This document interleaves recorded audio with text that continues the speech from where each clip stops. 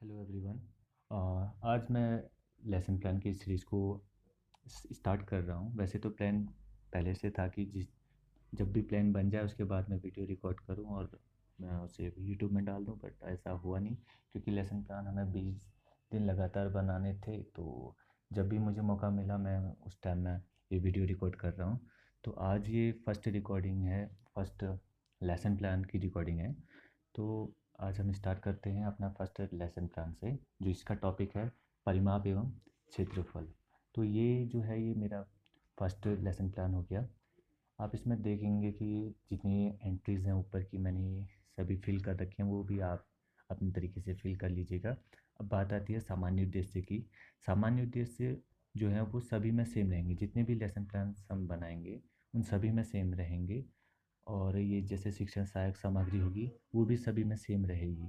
इसमें मतलब कुछ एक्स्ट्रा अगर लाते हैं, जैसे मैंने इसमें लिखा है फीता और रस्सी, मैं उन्हें समझाने के लिए लाया हूँ। तो ये मेरा एक्स्ट्रा हो गया, तो ये इसको मैंने इसमें नोट कर रखा है। तो ये जो सामान्य उद्देश्य है और शिक्षण सहायक सामग्री, इसमें 3-4 पॉइंट सेम ही रहेंगे और ये सामान्य उद्देश्य हैं वो सभी के सभी में सेम ही रहेगा। मेन चीज़ है विशिष्ट उद्देश्य की, क्योंकि मैंने आप सभी को बता दिया था सामान्य उद्देश्य और विशिष्ट उद्देश्य में क्या अंतर है। सामान्य उद्देश्य हैं वो हमारे लॉन्ग टर्म से होते हैं जनरली, और जो विशिष्ट उद्देश्य होते हैं वो हमारे शॉर्ट टर्म के जो गोल होते हैं वो फुलफ़िल करने के लिए। शॉर्ट टर्म मीन्स जो हम लेसन प्लान बना रहे हैं उसको फुलफ़िल करने के लिए जो हम अपने ऑब्जेक्टिव से बनाएंगे वो स्पेसिफिक कहलाएंगे। और जनरल ऑब्जेक्टिव से वो हो जाएंगे जो लॉन्ग टर्म के लिए हो जाएंगे। जैसे कि आप देख सकते हैं विद्यार्थियों के मानसिक का विकास करना, तार्किक चिंतन का विकास करना, गणित के प्रति रुचि उत्पन्न करना, दैनिक जीवन में गणित की उपयोगिता का विकास करना। तो ये एक लॉन्ग टर्म गोल है हमारा। और जो शॉर्ट टर्म हो जाएगा वो है कि जो मेरा टॉपिक है कि परिमाप और क्षेत्रफल, तो छात्र परिमाप एवं क्षेत्रफल से परिचित हो पाएंगे, ये शॉर्ट टर्म हो गया। आयत वर्ग के क्षेत्रफल के परिमाप के बारे में जान पाएंगे, ये भी शॉर्ट टर्म हो गया है। और क्या, वो क्षेत्रफल से संबंधित समस्याओं को हल कर पाएंगे, ये सारे शॉर्ट टर्म में आ जाएंगे।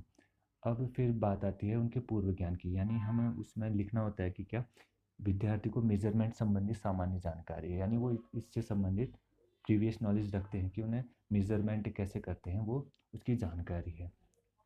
अब फिर उसके बाद आते हैं, ये हमारा तो हो गया इधर तक का ही जो फर्स्ट पेज था। उसके बाद आते हैं हमारे इंट्रोडक्टरी क्वेश्चन में। तो इंट्रोडक्टरी क्वेश्चन से जो हम डायरेक्ट वहाँ जाके, अगर हम फर्स्ट, जैसे मेरा फर्स्ट डे रहा था वो काफ़ी, मैं नर्वस था, लेकिन क्लास में जाते ही अब पढ़ाना तो था ही, तो हेजिटेट तो थोड़ा हुआ था, बट बाद में ठीक हो गया। अब फिर पढ़ाना ही है तो क्या करना है उसके अलावा। तो फिर फर्स्ट डे ऐसा था कि हमारा जो, हमें पता नहीं था कि हमें कहाँ से पढ़ाना है। तो जो लेसन प्लान का जो फर्स्ट टॉपिक है वो मैंने रैंडमली चूज़ किया था। मैंने ये जो सिक्स्थ में है वो 10 पॉइंट समथिंग से स्टार्ट है, तो उधर से मैंने इसे उठाया था। तो उसके बाद जो, इसके बाद के जो सारे लेसन प्लान्स हैं वो मेरे जो चैप्टर 1 से स्टार्ट हैं, तो वो आगे तक 20 तक कंटिन्यू रहेंगे।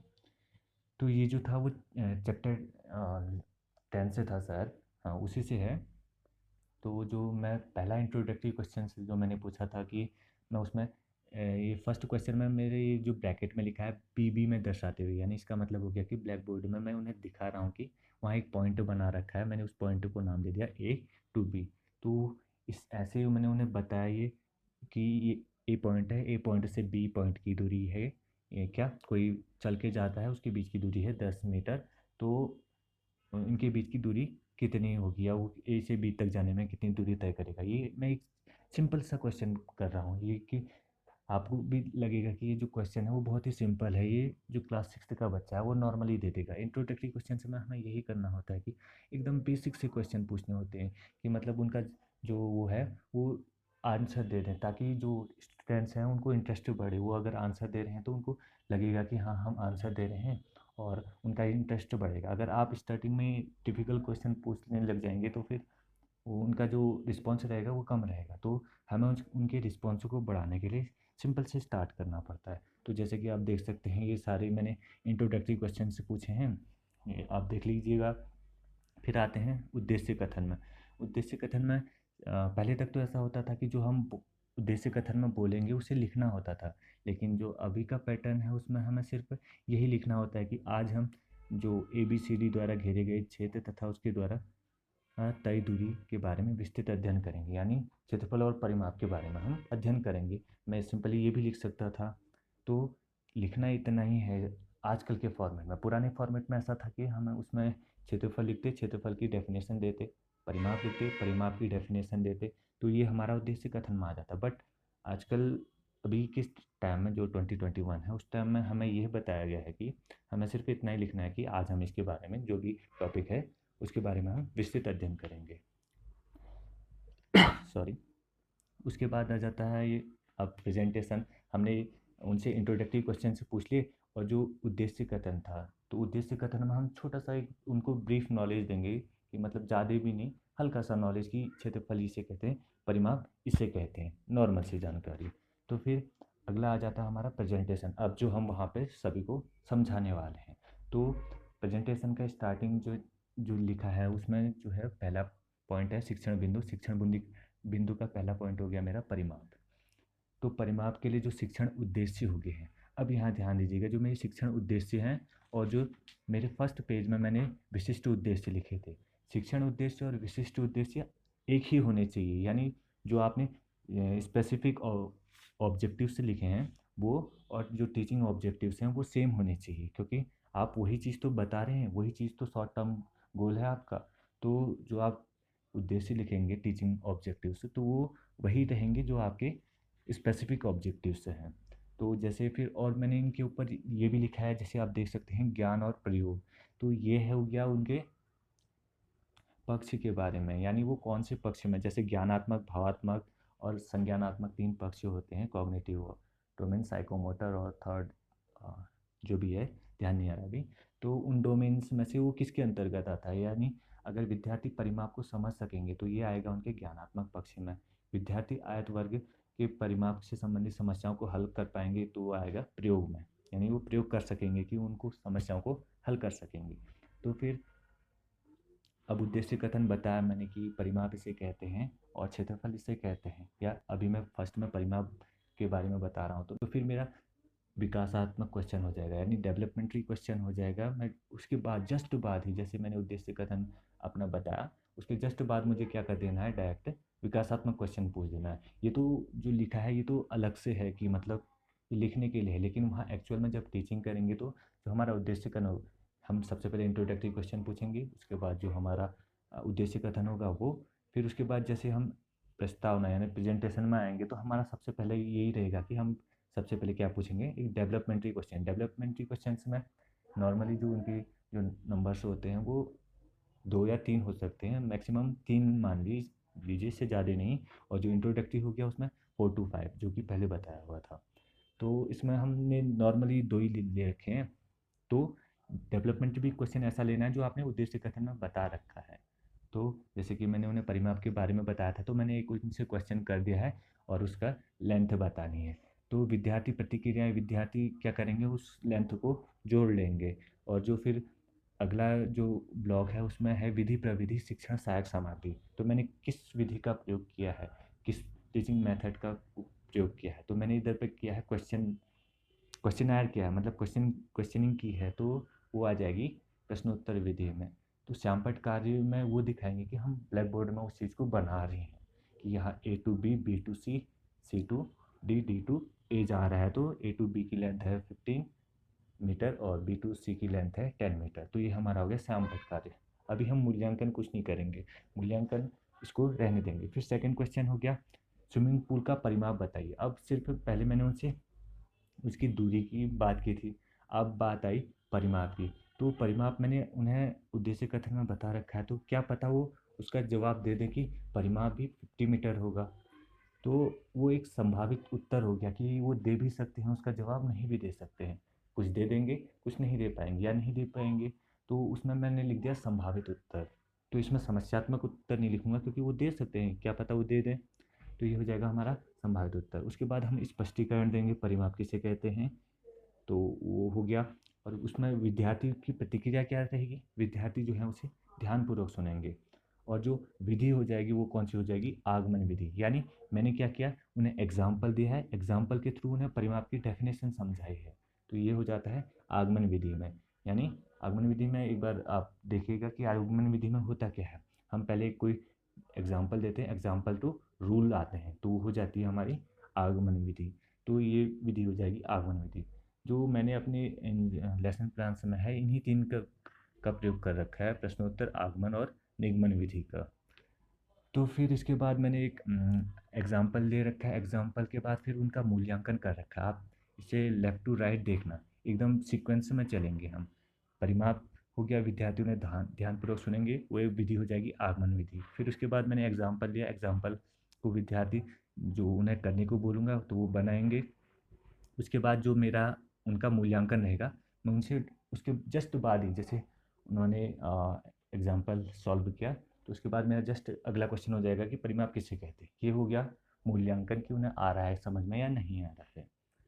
तो फिर उसके बाद हो जाएगा जो अगला है, इसी प्रकार वर्ग के उदाहरण से वर्ग के परि विद्यार्थियों को वर्ग के परिमाप के बारे में जानकारी देंगे, यानी हम उन्हें और इलेबोरेट करेंगे कि बताएंगे कि क्या क्या होता है उसके बारे में।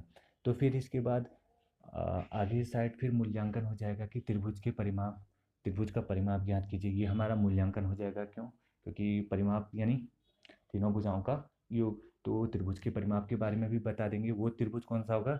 समबाहु त्रिभुज, क्योंकि ट्रायंगल भी तो अलग अलग टाइप के होते हैं, तो हम बात करेंगे समबाहु त्रिभुज की। तो उसके बाद फिर अगला डेवलपमेंटरी क्वेश्चन मेरा ये हो जाएगा कि एक 20 मीटर लंबाई तथा 10 मीटर चौड़ाई वाला जो भी है ये क्वेश्चन, उसका परिमाप ज्ञात कीजिए।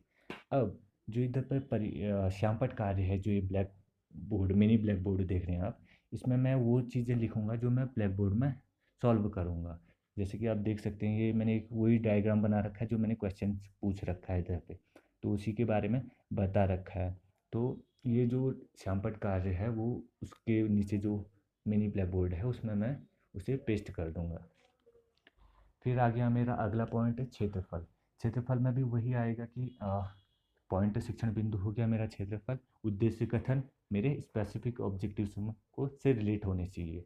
फिर उसके बाद मैं विकासात्मक क्वेश्चन पूछूंगा, उन्हें क्षेत्रफल के बारे में पहले एक जनरल नॉलेज दूंगा कि क्षेत्रफल कहते किसे हैं। उसकी डेफिनेशन नहीं बताऊंगा, बस उसे बताऊंगा कि क्षेत्रफल यानी घेरा हुआ क्षेत्र, जो भी वो एक डायग्राम बनाया उसके द्वारा जो घेरी गई आकृति होगी, या उन्हें एक एग्जांपल दे दिया कि हम इस रूम में बैठे हैं तो हम जितनी ये जगह घेर रहे हैं तो ये इसका एरिया कहलाता है। तो ये हो गया मेरा जनरल। मैं उन्हें उसकी डेफिनेशन नहीं बता रहा हूँ, बस उसे उन्हें एक जनरल आइडिया दे रहा हूँ कि क्षेत्रफल इसे कहते हैं। तो फिर मेरा उसके बाद विकासात्मक क्वेश्चन हो जाएगा। फिर उसमें विद्यार्थी प्रतिक्रियाएं देंगे, और जो मेरी वो जो क्वेश्चन है वो मेरा ये क्वेश्चन है कि मैं उन्हें दिखा के बता रहा हूँ कि क्वेश्चन पूछ रहा हूँ कि चौक और डस्टर में किसके द्वारा अधिक सतह घेरी जाती है। मैं उन्हें चौक दिखा रहा हूँ, डस्टर दिखा रहा हूँ, उन्हें बता रहा हूँ कि इन दोनों में से किसने ज़्यादा जगह घेर रखी है। तो मैं क्या कर रहा हूँ? प्रदर्शन कर रहा हूँ। तो मेरी जो विधि हो जाएगी प्रदर्शन विधि। और जो फिर ये सर ने मेरे में नोट भी लगा दिया है, ये श्यामपट्ट कार्य का, वो अब फर्स्ट फर्स्ट में थोड़ा गलत हो जाता है, तो उसमें मैंने ये लिखना था कि मैं विद्यार्थियों को वो बता रहा हूँ कि ब्लैक बोर्ड में दिखाते हुए कि ये टेस्टर है, ये चौक है, इस टाइप की चीज़ें उसमें श्यामपट्ट में लिखनी है करके। तो फिर उसके बाद अगला क्वेश्चन जो हो जाएगा वो समस्यात्मक क्वेश्चन हो जाएगा। फिर इसके बाद उसका स्पष्टीकरण देंगे। स्पष्टीकरण देने के बाद फिर मैं परिभाषा मारूँ, यानी पहले मैंने एग्जाम्पल लिया, एग्जाम्पल के बाद उसे स्पष्ट किया, फिर उसके बाद मैं परिभाषा मारा हूँ। तो फिर मैं इसमें किस विधि का प्रयोग कर रहा हूँ? फिर से आगमन विधि का। तो मतलब ये एग्जाम्पल टू रूल चल रहा हूँ, तो वो हो जाएगी अगेन आगमन विधि। फिर उसके बाद आयत का वर्ग तथा जो क्षेत्रफल है उसके लिए मैंने इधर पे जो विधि प्रविधि लिखा है वो लिखा है निगमन विधि। यानी अब मैं पहले उन्हें बता दे रहा हूँ कि आयत और वर्ग का क्षेत्रफल ये होता है, उसके बाद मैं उन्हें एग्जाम्पल की तरफ जा रहा हूँ, तो ये हो जाएगा मेरा निगमन विधि। तो फिर उसके बाद ये जो ब्लैक बोर्ड वर्क है मैंने वो कर रखा है, उसको जो भी ब्लैक बोर्ड वर्क करूँगा उसको इसमें दिखा दूंगा, और उसके बाद फिर मूल्यांकन क्वेश्चंस पूछूंगा मैं उनसे। तो ये हो गया मेरा क्षेत्रफल और परिमाप। फिर अगले पेज में आते हैं, तो उसमें है कि लेखन एवं निरीक्षण कार्य। तो ये जो लेखन एवं निरीक्षण कार्य है ये भी सेम डिट्टो में सभी लेसन प्लान्स में एक ही लिखूंगा कि छात्र अध्यापक विद्यार्थियों को दिए गए कार्य का निरीक्षण कक्षा कक्षा में घूम घूम कर करेंगे। यानी जो भी मैंने ब्लैक बोर्ड में लिखा है, अब स्टूडेंट्स को कहूँगा कि उसे कॉपी करें, अपनी जो कॉपी में है उसे लिखें। तो वो सभी लिखेंगे और जो मैं हूँगा छात्र अध्यापक, वो देखेगा कि वो काम कर रहे हैं या नहीं कर रहे हैं अपना, तो वो घूम घूम के चेक करेगा। और जो उन्हें गृह कार्य मिला होगा उसको भी चेक करेंगे कि वो कर उन्होंने किया है या नहीं किया है। फिर आते हैं पुनरावृत्ति प्रश्न में। पुनरावृत्ति प्रश्न यानी जो उनको रिकैप करने के लिए कि आज हमने क्या क्या पढ़ा था, उसके बारे में थोड़े जनरल क्वेश्चन से पूछना उनसे, सिंपल सिंपल। लेकिन अब उन परिभाषा बताइए तो एग्जैक्ट परिभाषा तो बताएंगे नहीं, लेकिन वो जितना समझ रहे हैं वो बताएंगे। तो ये मेरे डेवलपमेंटरी क्वेश्चन हो गए हैं। उसके बाद जो फिर मैं उन्हें होमवर्क दे दूंगा कि आप ये क्षेत्र त्रिभुज का क्षेत्रफल ज्ञात कर लीजिए और प्रश्नावली 10.1 का प्रश्न संख्या 1, 2, 5 हल करेंगे। तो यही है मेरा लेसन प्लान।